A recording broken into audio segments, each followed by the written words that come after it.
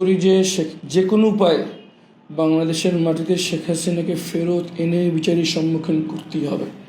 সুতরাং যদি সে নিজে ফেরত আসে তাহলে আমাদের তো আরও খুশি হওয়ার বিষয় যে সে এসে আইনি প্রক্রিয়া সম্পৃক্ত হচ্ছে এবং এতগুলো শহীদের পরিবার, এতগুলো তরুণ চোখ পা হাত হারিয়েছে, তারা কোনো বিচার পায়নি।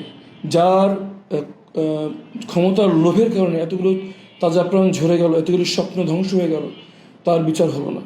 অবিলম্বে যার যেখানে যা করণীয় আছে তার মাধ্যমে শেখ হাসিনা দেশে ফেরত এনে বিচারের সম্মুখীন করতে হবে, এটা আমাদের সবার দায়িত্ব।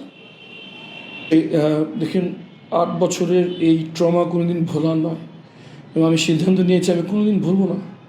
কারণ আমি চাই যে আমি যে এই ট্রমার মধ্যে দিয়ে গিয়েছি এটা আমি সবসময় বলতে থাকবো, সবাইকে জানাতে থাকবো। হয়তো এর মাধ্যমে এই ধরনের মানবতা বিরোধী অপরাধ আর কোনোদিন বাংলাদেশে যেন না হয় তার ক্ষেত্র তৈরি হবে। সুতরাং আমার দায়িত্ব, যেহেতু আল্লাহ আমাকে তার অপার করুণে দ্বিতীয় জীবন ভিক্ষা দিয়েছেন, আমাকে জীবিত নিয়ে এসছেন যাতে আমি বলতে পারি যে বাংলাদেশের সাথে আরেকটি মানুষ কী ধরনের পশুর মতো আচরণ করেছিল শুধু ক্ষমতার লোভের কারণে।